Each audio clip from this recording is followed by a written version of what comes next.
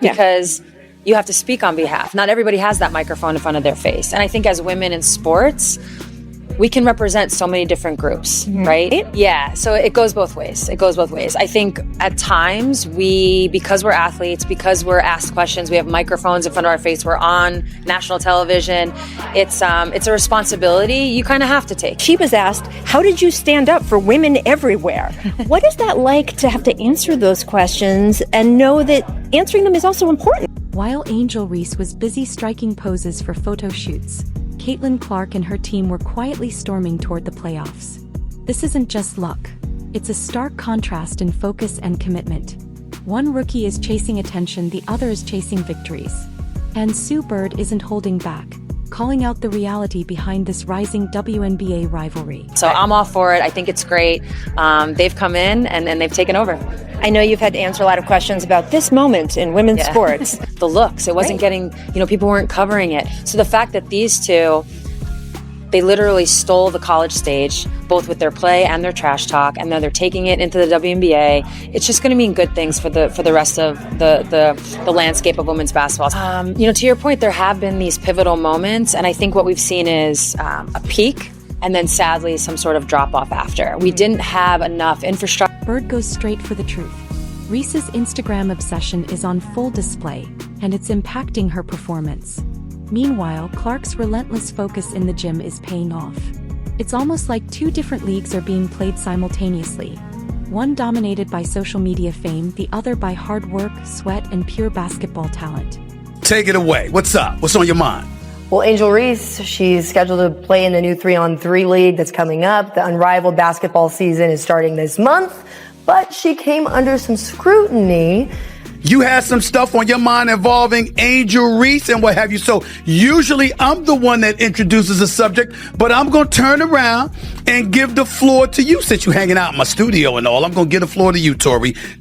Around New Year's Eve, because she shared a post on her Instagram. She's had a stellar season. This is the video that is actually still on her TikTok. And she got some pretty serious pushback after sharing. Picture the scene. Reese walks in wearing a bold animal print gown like she's on a Hollywood red carpet, not a basketball court. Fans react instantly, forcing her to delete her Instagram. At the same time, Clark is grinding through punishing workouts, building skills that will leave defenders helpless. One is chasing likes, the other is building a legacy. Let's face reality. She's going to be attached to Caitlin Clark to some degree. If Angel Reese had never waved her hand in her face when the salary that you were going to make as a WNBA player, I'm all for that. But here's what I have a problem with, Tori. Angel Reese, in doing the things that she has done, LSU was beating Iowa for in the Final Four of the national championship. If that hadn't happened, Angel Reese's name might not be as big. Yes, she's a talent. Yes, she would have made the WNBA. Caitlin Clark, the reason I bring up Caitlin Clark is because they're attached at the hip with one another, which means they're ultimately going to be compared, Tori. And when you look at Caitlin Clark is balling. But in terms of her popularity, it really soared after she took down Caitlin Clark. And then Caitlin Clark came back last year and got revenge by knocking LSU out in the Elite Eight, if I remember correctly. Clark isn't just practicing, she's innovating. Experimenting with floaters, sharpening her left hand, mastering pressure plays. Every drill is designed to make her unstoppable. While Reese scrolls and posts, Clark is turning her team's playoff dreams into reality. Dedication, focus, and precision are separating her from the rest of the rookies in a way that fans and legends alike can see. We didn't have enough understanding of how to keep the moment going.